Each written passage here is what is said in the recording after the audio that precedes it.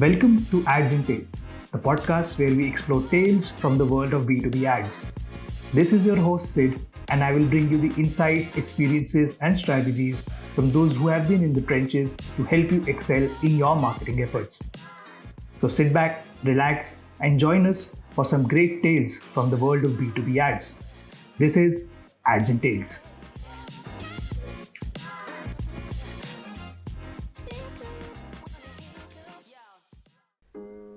There's a study which says close to 90% of the podcasts don't make it to the 10th episode. Well, feels good to be on the other side, the 10th episode of Ads and Tales podcast. And since this was kind of a milestone episode, I thought of doing something different and going beyond my marketing boundaries. So I got to do what I was itching to from a long time. The marketer in me itches that sales gene quite often. So I decided to pick up my issues with demos on this episode of the Ads and Tales podcast. Demos across SaaS are majorly broken. That has been my observation. Not only because of the not all salespeople can sell alike theory, but because most sales folks are too focused on the product during the demo. And demos ultimately make the product the hero. And that's the point of caution. I like to invert the demo into what the prospect actually needs. So I tried to list down some of the pointers that seem important to me. And since this is the 10th episode, here are 10 SaaS demo tips that may help. Here we go. Number 1. Show the most powerful feature first. Most SaaS sellers don't do this. They ramp it up slowly. They keep the story same because that is how they've rehearsed it. They try to build it up to the feature that is wow. Sometimes it is good to flip it upside down and show the top feature upfront. Let your buyer drool in a good way. Lead from there. Trust me, it helps.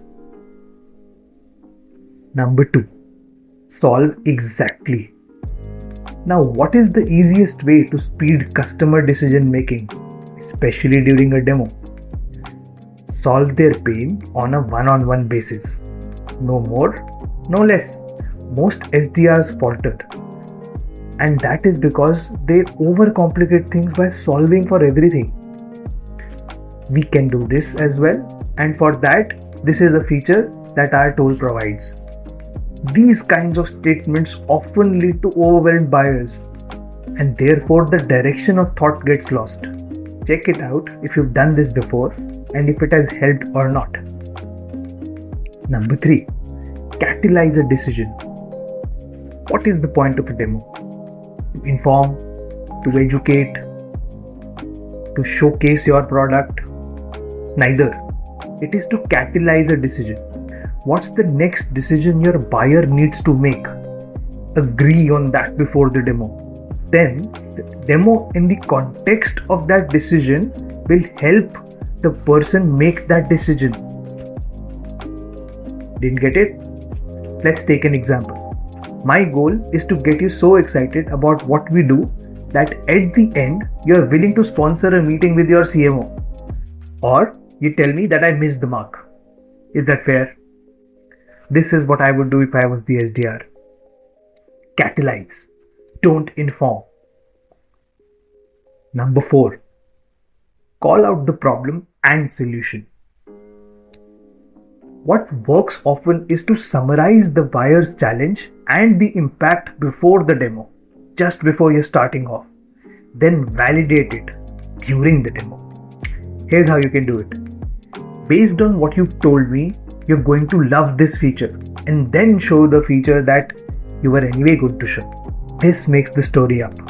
Let your buyer know that they are in the right place. Therefore, they should buy what you're selling. Number 5. Orient them to the screen because that is where you make the sale. Most buyers disengage within the first 5 minutes of SaaS demos. And you know what is going on in their heads? What is this I am looking at? What is this person clicking at? Before you click around, explain what they are seeing. Explain to them what you are leading them on to. The confused mind often says no, and that is what you need to be wary of. Therefore, orient them to the screen. Number 6. Spend about 10 seconds or so framing the pain a feature solves before showing it off on the demo. This is a very important one because I've seen a lot of SDRs missing the point of the demo. How you can do it? Do a mini version of calling the problem and solution for each feature you show. What's the pain it solves? Spend 10 seconds summarizing that pain, and the feature will therefore land with ease. Earlier you had said, the summarization of my assets is a big pain. Here's how we solve that, and then go on to show what your tool can do. Number 7. Tell a customer story before every feature. This is my favorite and it always works, and almost none of the SDRs use it. Want your buyer to think about your demo for days? Tell a customer story after each click path. Here's how XYZ customer is using the module to solve ABC pain. They will remember the logos. They will remember the pain points that you solve. People remember stories, but they forget click paths, and you focus too much on click paths. And as I had said before, this is where you loop in the big client names as well. FYI. Memory will always remember the Googles and Microsofts and the biggies of the world, not the click paths. Number 8. Ask a question after every key feature, especially the one you are banking on. Stop and have a conversation. But this becomes difficult in the middle of a demo. So here are some examples you can test waters with. How does that compare to how you solve this problem today?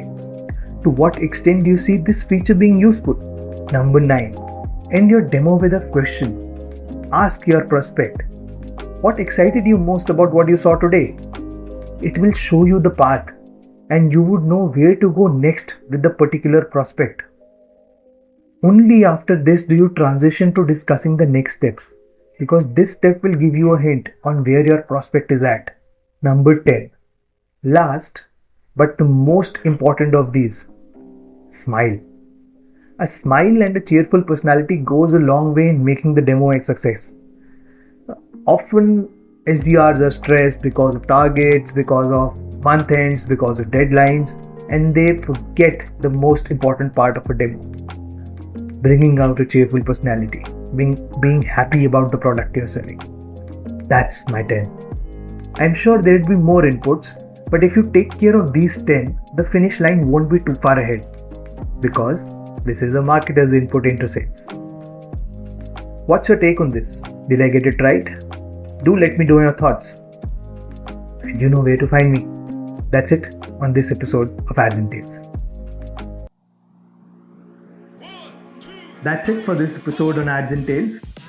For more B2B marketing stories, insights, strategies, tactics, and views, keep listening to Ads and Tales.